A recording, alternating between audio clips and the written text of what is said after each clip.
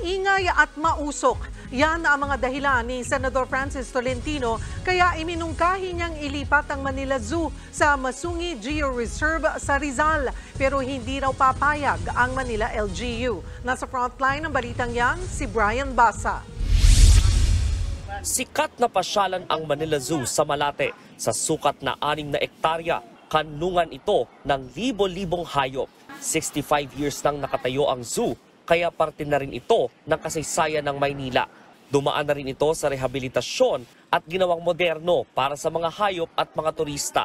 Pero mukhang hindi pa rin ito sapat. Sa isang panayam, iminungkahi ni Senator Francis Tolentino na mas maganda kung ililipat sa Masungi Geo Reserve sa Baras Rizal ang buong Manila Zoo. Naniniwala ang senador na mas makapamumuhay ng maayos ang mga hayop sa Masungi. Malapit kasi ito sa kanilang natural habitat at tama rin ang klima roon. Hindi raw lugar ng mga hayop ang lungsod kung saan mainit, maingay at mausok. Sang-ayon si Masungi Geo Reserve Foundation co-founder Ann Adeling Dumalyang sa rekomendasyon ng senador. Pero ang paglipat sa Manila Zoo agad tinutulan ni Manila Mayor Honey Lacuna. Ayon sa alkalde, may plano na sila para maging mas maayos ang zoo. Malayong-malayo raw sa plano ang pagre-relocate dito. Hindi raw ito matatawag na Manila Zoo kung dadalhin sa ibang lugar.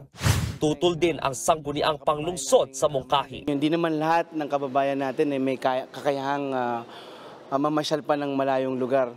At dito, pwede mo nga lakarin yung Manila Zoo at makapunta ka doon ng walang pamasahe. At syempre, yung Manila Zoo, hindi naman namin pinababayaan yan. Lahat naman ng pwedeng efforts natin using modern technology para maayos yung kalagayan ng mga animals sa loob ng zoo, ginagawa naman natin.